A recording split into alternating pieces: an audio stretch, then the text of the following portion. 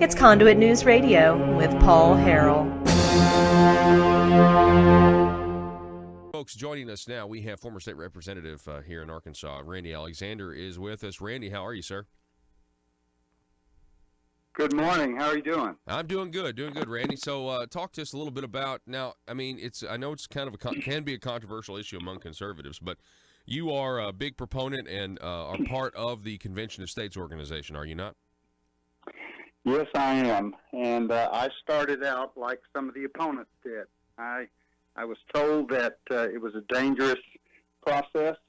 I haven't met hardly anyone who disagrees with what it's trying to do. Their concern is that somebody could take over the process and damage our Constitution. And that's kind of where I started. But after doing a few years of research and talking to some of the experts in the country on this, I'm now convinced that is completely false, and there is nothing logically that should prevent us from using this tool that the founders gave us. Well, so let's talk a little bit more about that here in a minute. But I know a big proponent of this is Tom Coburn, right? A former senator from Oklahoma. That's correct. Senator Coburn is actually going to be with us in Arkansas next Wednesday. Next Wednesday? In Little Rock. Okay. Yes, okay. Wednesday the 23rd at 7 p.m. He will be speaking to a town hall at the Holiday Inn Presidential, which is just off of I-30 there at 600 I-30. And he was supposed to come December 8th, and then because we anticipated some bad weather and he was driving, we had to cancel that. But we rescheduled that for this coming Wednesday at 7 p.m. And I think we're also going to be joined by Mark Meckler, who is the National Director of Convention of States. Okay. He's coming in the following day to testify before the Senate State Agencies Committee. So there's going to be a Convention of States bill, I guess. And so has that already been filed? The Senate version has been filed. It's actually a joint resolution. Mm-hmm. Joint resolutions are approved by the two chambers. They don't require a governor's signature, and whichever one passes both chambers first is the one that we'll go with. We're introducing the Senate version on Thursday morning at 10 a.m., and then we'll have a rally at the state capitol at noon on the 24th. So 2 big days coming up. Yeah, who's the sponsor of that piece of legislation on the Senate side? Senator Gary Stubblefield is our Senate sponsor. He's been the sponsor. He was the sponsor in 2017 and also 15, the first time it was introduced. Mm-hmm. And in the House, our sponsor is Representative Austin McCullum. Okay. Well, those are both great legislators, you know, and yeah, they're excellent. Yeah, it's going to be interesting to see, you know, what the argument's going to be. I mean, so let's get back to the argument at hand. Okay, idea of a runaway convention. Now, I have had, just kind of like you, Randy, I've had like an evolving opinion about this. Okay, mm-hmm. Let me just tell you what my opinion was. First was like absolutely yes, it's in the Constitution. And it is, you know, it's there for a reason, and we need to try to do this. But then, as I started covering the politics in Little Rock, I started thinking to myself, I can't trust a lot of these Republicans to actually be Republicans. I don't know if I would trust who they would send to be a delegate in this thing. And so then I was against it because, well, I just don't know if, you know, I trust, I'm so displeased with my own local government. I don't want them making any decisions, to have an amendment convention. And to be quite honest, where I am now personally, Randy, at this point, and you can call me unprincipled, and that's fine. You know, now that President Trump is the president, I just am not as interested. You know, and so can you address that? Have you seen kind of a decrease in interest because Republicans are winning so much that we're getting tired of it? No, actually, actually interest is growing. When we started in 2011, the first year, we had 1,500 people statewide who had signed our Convention of States petition. Let's see, that was 2013, and 15, that had jumped to 15,000, and as of last week, we were up over 17,000, and the number of petition signings we're getting per day used to be 4, 5, 6. It's about 25 a day now. So we're getting more than 100 petitions a week in Arkansas. All of those numbers I just gave you are just Arkansas. So we have over 17,000, and we're picking up about 20 to 25 a day, 100 a week plus. Wow. So interest is actually growing. Now, the other thing you mentioned about, gee, I'm not sure I trust these legislators. Yes, I've heard that before, and actually I've heard that from a few legislators who are concerned. They support it, but they're not sure who they would send. But, you know, there's never a perfect system. And I can tell you that I think the support for this movement is growing. I was able to attend one of the first meetings that they had in, I think it was 2014, called the Mount Vernon Assembly. It was at the Mount Vernon Library. And we had delegates there from like 38 different states and legislators. And I can tell you that that group was fired up. They wanted to do this. They wanted to push back against the federal government, which they all felt was way beyond its constitutional boundaries. And then Convention of States actually held a I don't know what you'd call it, not a mock, but a simulated Convention of States a year ago, last September, not last September, but the year before. And it went extremely well. 3 of our legislators from Arkansas attended it. They came back really pumped up. And I think the thing that people don't realize is if we get to the point where we will have a Convention of States and people are introducing legislation that does one of 3 things. It imposes fiscal restraints on the federal government. It reduces the power and scope of the federal government. And then finally, it enacts term limits.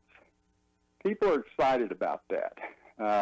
I hear all the time from people in various walks of life that express a lot of concern about where our country is. You know, I talked to teachers who said, man, the federal government is ruining education. We don't have time to teach anymore with all the hoops that we have to jump through. You talk to small business owners, and yes, we had some improvement here in the last few years, but what happens if we lose the next election?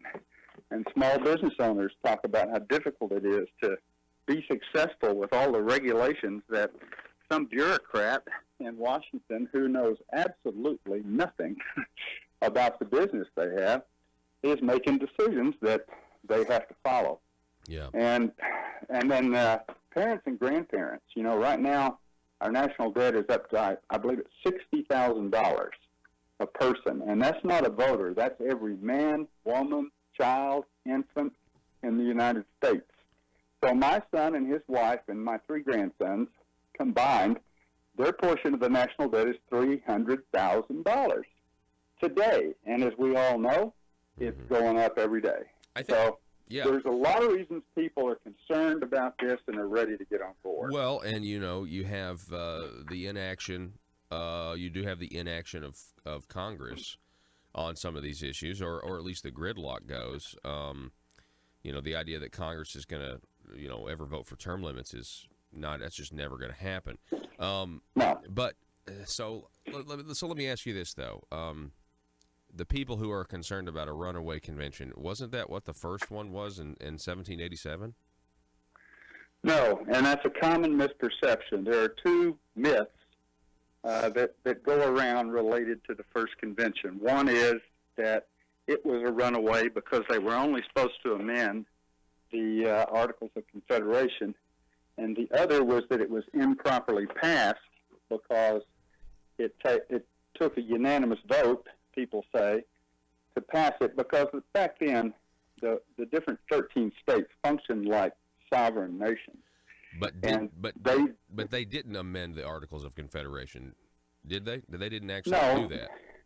They didn't, and that wasn't actually their charge. If you go back and look at the actual language that came out of the, if I'm remembering, the Annapolis Convention that told them what their charge was, and I'm drawing a blank now on the exact language, but it's clear that what they said was, we need to render the Articles of Confederation, what was the word?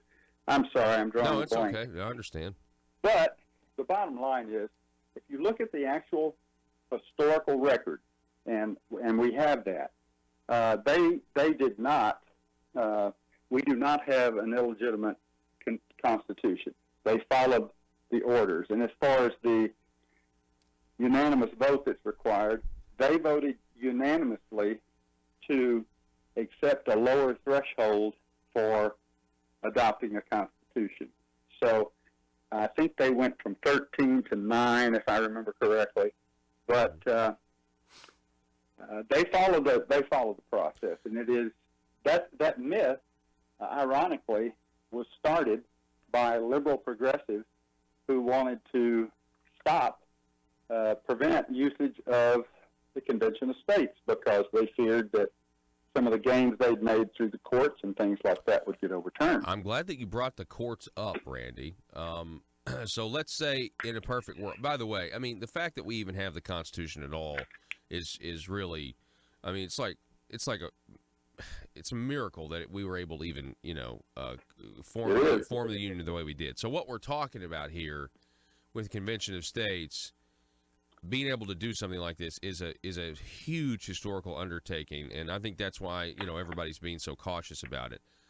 But I was talking to a guy down in Little Rock the other day about this, and he said, I just am worried that the courts would get involved. He says, I'm not for it because the courts are going to get involved just like they get involved with everything, and somebody's going to sue and want to do something else, like want to add something else to it, and it'll go to court, and these liberal judges will, uphold it. And so have you heard that as a criticism? Yes, I've heard that, and I've heard that Congress, using its Article I powers, will step in and take over the process and do whatever they want to. We don't have time to go line by line, but there's all kinds of safeguards that are rooted in either the historical record. These kind of meetings among states were common prior to our Constitution and for several years after. And there were a precedent. There are guidelines that they follow. The court has absolutely no role in the process, none. Congress' role is simply ministerial. And if you look at Article 5, and it's not very long, it's very short, and you read what it actually says, there are, in addition to the several safeguards, Article 5 itself is very safe. It basically says about 4 points. The U.S. Constitution may be amended. 2/3 of Congress may propose amendments, and that word propose is key. 2/3 of the states can call for a convention to propose amendments, and any amendments proposed, whether by Congress or the states, must be ratified by 3/4 of the states. That's 38 states. That's the biggest safeguard of all. Getting 38 states to agree on anything. It's a challenge. There's been like 2,500 amendments proposed over the history of our country. And after the Bill of Rights, we've had another 17 out of that. So yeah, it's a safe process. Hey, the one other point I want to make about that, because the most common thing I hear is Congress will take it over. Well, first of all, that's not logical. Why would Congress try to take over a process to propose amendments when the Constitution already gives them the authority to propose amendments? And then the other point is, I would just think that they would try to take over to control the outcome, to step in and stop the good stuff from happening and derail the process. And I can assure you that the Convention of States would simply ignore anything they had to say. And that's quite evident to me from talking to the people that are supporting this and legislators from around the country that are supporting this, because they know what the rules say. And actually, the courts have ruled in favor of Convention of States precedent many times. The courts are not good. The Supreme Court is not good at dealing with broad topics. But on process and detail, their record is actually pretty good. Let me give you one example of the decision, this idea that Congress can step in under its Article I powers and use the necessary and proper clause to take over the convention. This specific question has actually been adjudicated in federal court, Idaho versus Freeman, in 1981. And this is what the decision summary statement says. Quote, thus Congress, outside of the authority granted by Article V, has no power to act with regard to an amendment. It does not retain any of its traditional authority vested to it by Article I. So they have a ministerial role. When 34 states, two-thirds, call for a convention of states for the same purpose, they have to call it. They set the time and the place, and then they can also choose which of the two modes of ratification that are in the Constitution are used. Both of them have been used before. We'll recommend that the state legislatures vote, but they could also say you have a state convention. Yeah. So, and that's well, their role. It's certainly, we're about to run out of time. It's certainly in the Constitution. They put it there for a reason. I don't know though, Randy, if they ever knew that the government was going to be as big and lopsided as it is. But maybe I know the purpose was to put the Article 5 in there so the people have a different path if things go really bad. But is there a point where they get so bad that even attempting to do it, is it impossible? I think that's what a lot of people are worried about, because you're dealing with their rights. Now, and I'll let you respond to that and give you the last word, but to the original convention, I do have somebody on Facebook, you can tell me if you agree or disagree with this, Randy, that said the actual instructions of the first constitutional convention were to improve trade and commerce between the states with a 3/4 vote. They immediately changed that to a 2/3 vote and threw out the Articles of Confederation. Is that accurate? Do you know if that's accurate? No. That is not the language that they were given. I mean, I'm talking about really more the vote threshold. 3/3. The vote threshold was changed. What they say is not actually correct. Originally, when the states met, when you had the 13 colonies, not states, when they adopted something that affected all of them, it had to be a unanimous vote. And so one of the first votes they took unanimously was to have a lower threshold for approving the Constitution. I think it was 13-9. And again, I'm not exactly sure of that, but it was lowered because they realized you'll never get 100% to vote for something like this. Yeah. So I would disagree with that. What actually happened, how we got this part of Article 5. We got about a minute, Randy. I'm sorry. Okay. In the Philadelphia Convention of 1787, the Constitution was approved on September 17th. 2 days before that, Colonel George Mason, a delegate from Virginia, stood up and said, basically, wait a minute, and we get this from James Madison's notes. He was the secretary. He said, what will happen if the federal government is the problem? What if we need amendments to protect the balance of power and protect the states that the federal government will refuse to propose? And so he moved that the states, if 2/3 of the states call for a convention of states, they could basically go around the federal government. And the delegates unanimously approved that amendment. Randy, I really appreciate you coming on, sir. It's always great to talk, and I know it's a very, very, deep issue, this idea of convention of states. Real quick, Tom Coburn coming to Arkansas next Wednesday. Is that correct? He will be here Wednesday night at 7 p.m. Now, is that this Wednesday or next Wednesday? That's this coming Wednesday. Okay. So he is 23rd. Here this week. Okay, the 23rd. Okay, go He's ahead. here this week, the 23rd, for a Convention of States town hall, and he will answer any questions anyone has about the process. Right. And he's one of these guys that he left his Senate position early. Yeah. And he will tell you, I talked to him about it, he said, I was wasting my time. Congress will never approve even legislation, much less an amendment All right. that's going to reduce its power. Randy, I appreciate it, sir. Thank you so much for spending time with us this morning. Folks, we got to take I a break. appreciate it. We'll be back in just a moment.